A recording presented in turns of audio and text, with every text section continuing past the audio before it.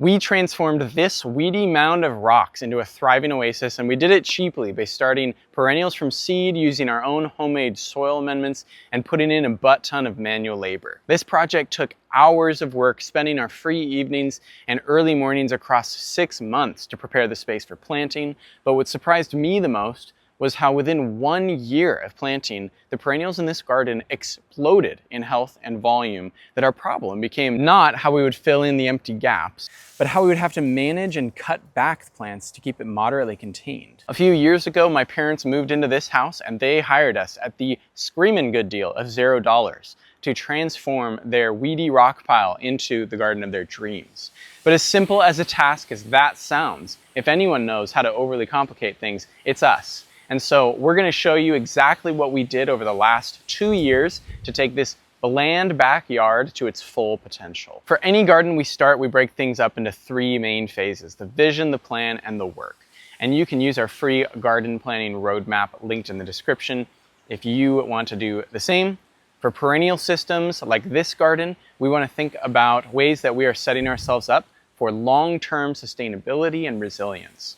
And there's so much that goes into that, so we will cover it as we walk through making this garden from the dream to reality. One way we really encourage people to begin is by starting a vision or dream board. And this is where you get to go crazy with your imagination and be honest with yourself about what your actual goals are. So in the case of my parents, we gave them a bunch of magazines to cut pictures out of, encourage them to look on Pinterest and other websites to find inspiration for what they were looking for. My folks love getting to harvest a bit of food from their gardens, but they travel a lot and don't necessarily want the burden of a full suburban homestead growing hundreds of annuals. So we knew that we were going to be focusing on native perennials that could withstand summer drought and would fill out the space with color all season long. With their vision board in hand and their time and financial resources defined, we dove into planning. And this consists of what we will plant, where we will plant, and what do we need to do to get the ground ready so that we can confidently start seeds and get going. We started by assessing the yard, looking around and identifying everything, every component of the existing space, and taking note of it. We even made a video, our second ever on this channel, and believe it or not, it didn't get a lot of attention. So for this section, that stump over there, bigger rock that just left a bunch of sticks. We've got all these tiny sticks and that big pile of stick, other sort of weeds. We've upped our game a bit since then. Once we walked through the yard, we started to draw out our map of the space, and for this, we started by hand, just making general layouts on paper, and then we eventually transferred this to our planting scheduler. We use seed time for this, and it's extremely useful for keeping track of everything that we're needing to plant. It also helped us be able to see where and when all the different perennial flowers would be in bloom during the season, which made arranging much easier. Before getting everything into seed time, I want to mention that we really took our time getting every single measurement possible. This is really helpful for later when you're mapping out garden beds and planting crops, because you know exactly where everything fits and how many of each plant you need, which helps with ordering seeds and all of that. Once we had the plan made, we were ready to tackle the work of prepping the space for growing. And as you can see, this hill was covered top to bottom with landscape fabric and rocks. And I gotta say, it was a pain removing these rocks, but we eventually got the job done. And we even decided to save a bunch of the rocks to make this simple gabion wall. You can check out our full video on exactly how we did that. But our goal was basically to level out the hill a bit so you could walk up on top of the garden while preventing erosion. It was also nice to be able to use the material that was already here. Now that we had the space uncovered and laid out, we were ready to form the garden beds. To do this, we used cardboard for an organic weed mat and wood chips to make pathways with cow manure to mark out the beds. We also spread a bit of homemade compost over the top of the manure to add a little bit more organic matter. No digging up the soil, no tillers, just cardboard, compost, and time. We did one final step before letting the garden overwinter, but before I get to that, I want to point out the value of wood chips, because I think people overlook sometimes this thinking that there's not a lot behind the wood chips. Fact is, wood chips are one of the best, possibly the best, pathway covering that we have found for our climate and conditions. And there are a few reasons why. First of all, wood chips are cheap and often easily accessible. People are always getting their trees chopped down and they need to get rid of the chips. Arborists are often ready to give you a load of their chips after a project. The second reason that we love using wood chips is that they serve as a long-lasting organic mulch that helps the soil retain moisture. Especially on a slope like this, rain hits the wood chips and gets slowly absorbed into the soil rather than just washing topsoil down the hill. And the final reason that we like using wood chips as a pathways is because they serve to connect the entire garden by creating fungal pathways in the soil underneath the foot traffic pathways. Wood chips are an excellent source of food for fungi, meaning that as they break down, fungi colonize them and grow, sending long threads of mycelium underground. These mycelium networks become connected over time, and they can cross garden beds, weave their way through plant root systems, and create long-lasting infrastructure in the soil that supports everything that you grow in that space.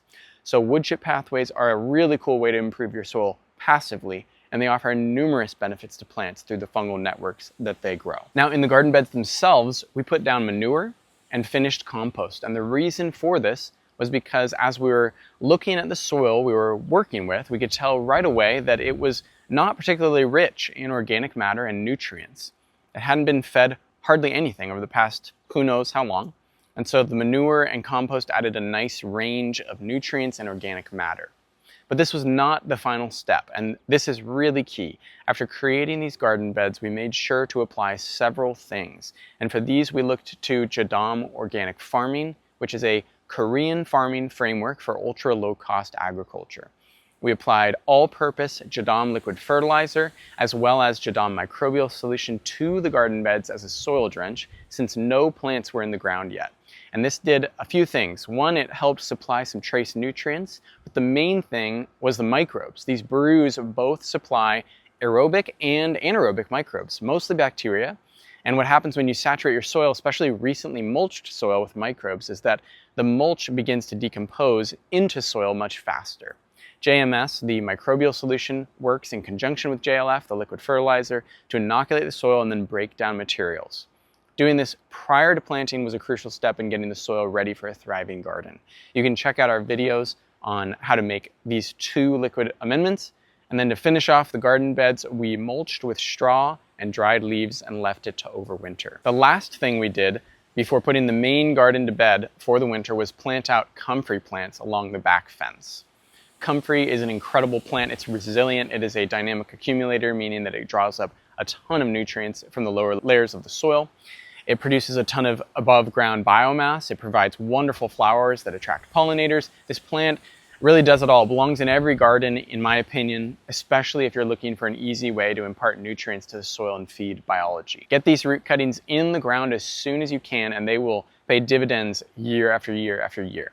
You can check out our full guide to comfrey if you want to learn more about that. Now, in the part of the yard closest to the house, just on the edge of the patio coming out into the backyard, we installed several raised beds and pots that would serve as my parents' veggie and herb garden. We used a technique called Hugelkultur for the raised beds, and this is a German technique that means hill or mound culture. Basically, instead of filling the entire garden bed up with soil, which would cost a ton of money, we layered in carbon-rich material with nitrogen-rich manure on the bottom half, filling in the first few feet or so of the raised bed so that we didn't have to add quite so much compost right away, and so that the carbons could decompose over time and add a nice bit of fungal activity to the garden beds. For this, we started with big logs and sticks at the base layer, then we added cow manure followed by dried leaves, then we came in with some grass clumps and a little bit of soil that we had saved from the garden, and then finally we topped them off with some high quality store-bought soil conditioner and compost.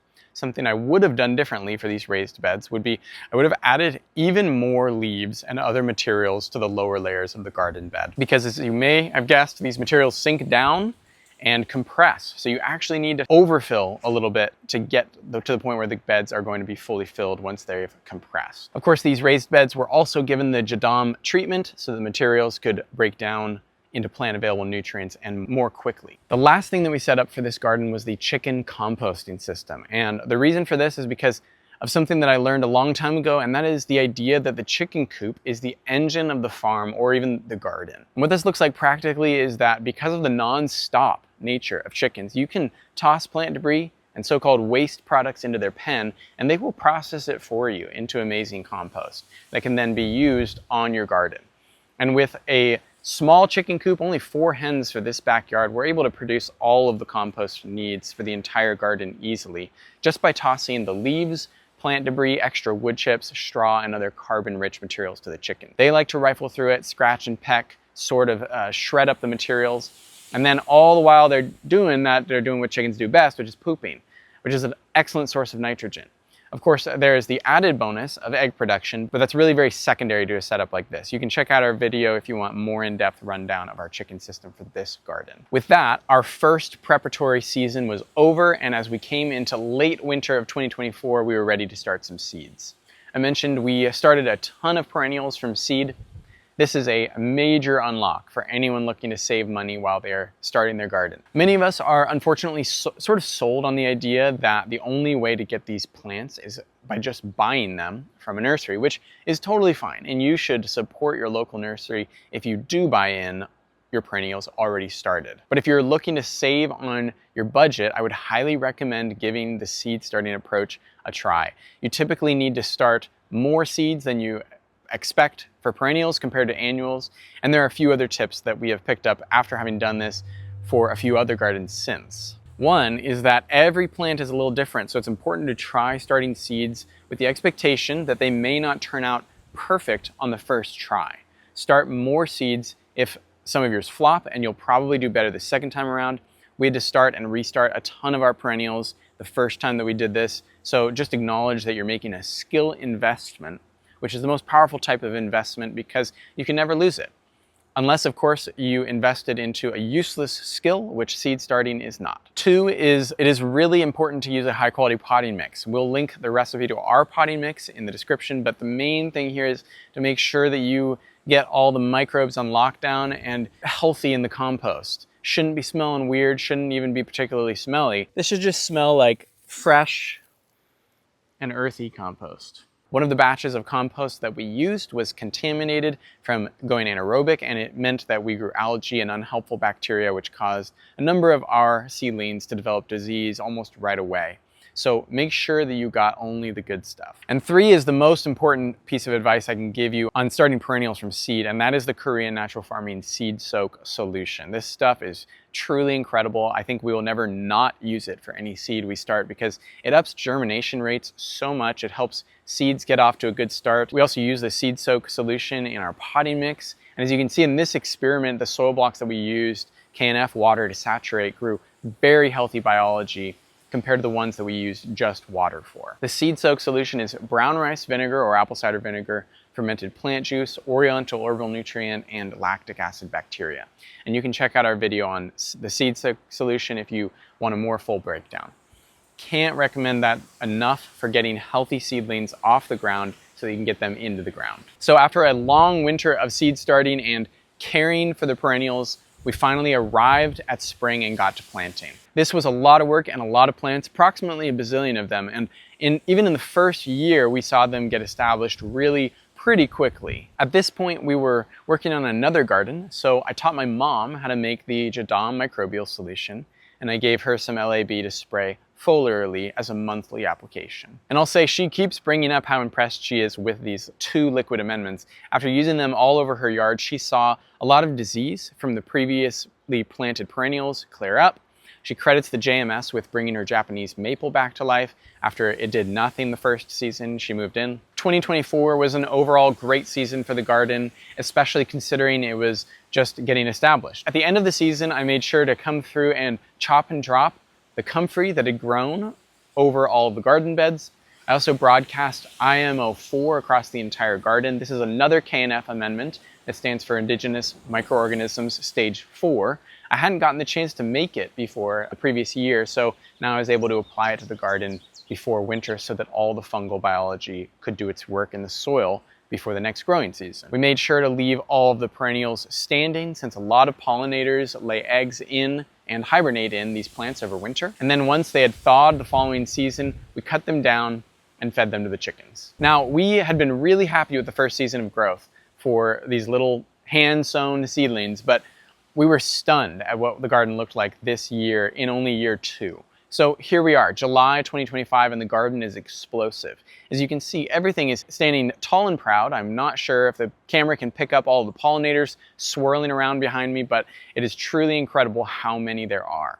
My parents get frequent visits from monarchs, hummingbirds, bees, and much more. And of course, they have spring, summer, and fall beauty right out their back door. This garden is a blessing to the local ecology. It brings in pollinators for the other neighbors' gardens, and it came on fast. No fertilizer, no tilling, nothing except natural amendments that we used to create healthy soil and healthy plants. Now, there are a few things that we would do differently with this garden. And the first one is probably the most obvious if you are standing out here in the yard looking at the garden, and that is the arrangement of the plants. Some of these plants are for the very first time that we've ever grown them. And because of that, we weren't aware of how big they could actually get. What we came to realize is that certain plants grow more true to their suggested spacing. So plants like Cupid's dart, Rudbeckia, lavender, and echinacea are going to stay pretty contained where they're planted. Whereas other plants like aster, yarrow, cosmos, and even feverfew need to be staked and contained in their space, or else they'll take over the whole area that they're inhabiting. We'd probably use less of each of these in each of the given spaces and then use cages to contain them a bit better. The next change is a small one, but relevant, and that is the gabion wall terrace.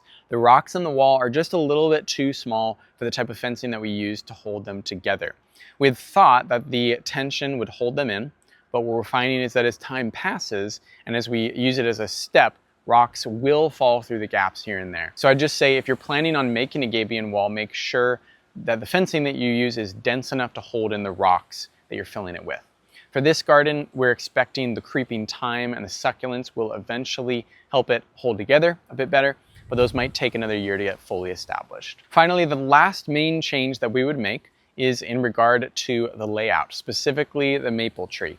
And this wasn't exactly new information to us, but we were surprised at how much of the plants were affected by this tree. We wanted to keep it as part of the natural landscape. It's a beautiful tree and it adds depth to the space. But we made the mistake of planting symmetrically side to side for this garden rather than accommodating for the tree. Mostly we found that the maple stifles plant growth for what we've got planted beneath because of the small amount of shade that it casts and largely because of its water needs. It's hard to keep the soil here properly moist enough for perennials to get established. There are certainly ways that we could probably increase the moisture retention abilities of the soil here, but we also would probably just shift to utilizing plants that do better under the canopy of a tree, plants like violas, coral bells, and columbine. These would do better than the hydrangea, yarrow, and hostas that we tried to establish under the canopy. So with all of this in mind, I have a few key takeaways for you if you are looking to start a garden like this. And firstly, you will very likely not be planting all the exact same plants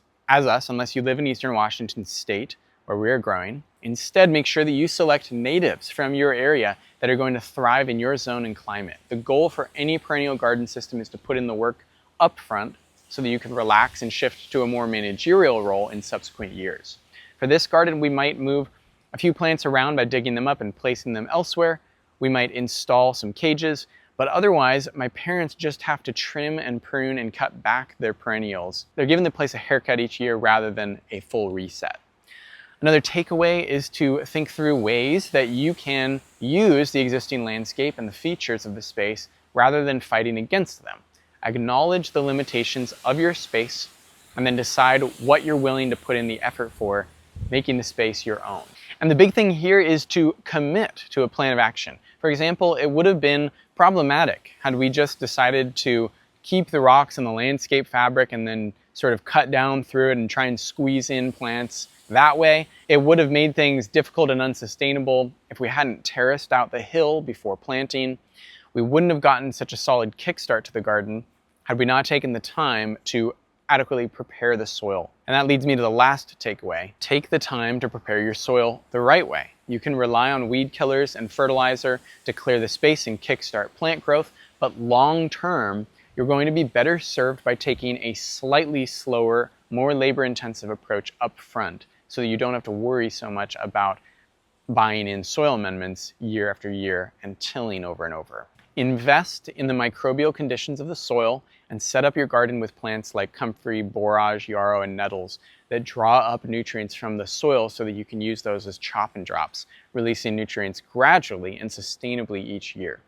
Check out the description for this video. We've linked a bunch of free resources that you can use for how to make your own amendments and our top pollinator attracting plants that will help you get your garden off the ground or reestablished. If you want to learn more about some of the principles behind our vision for gardening, you will want to check out our permaculture versus Korean natural farming breakdown.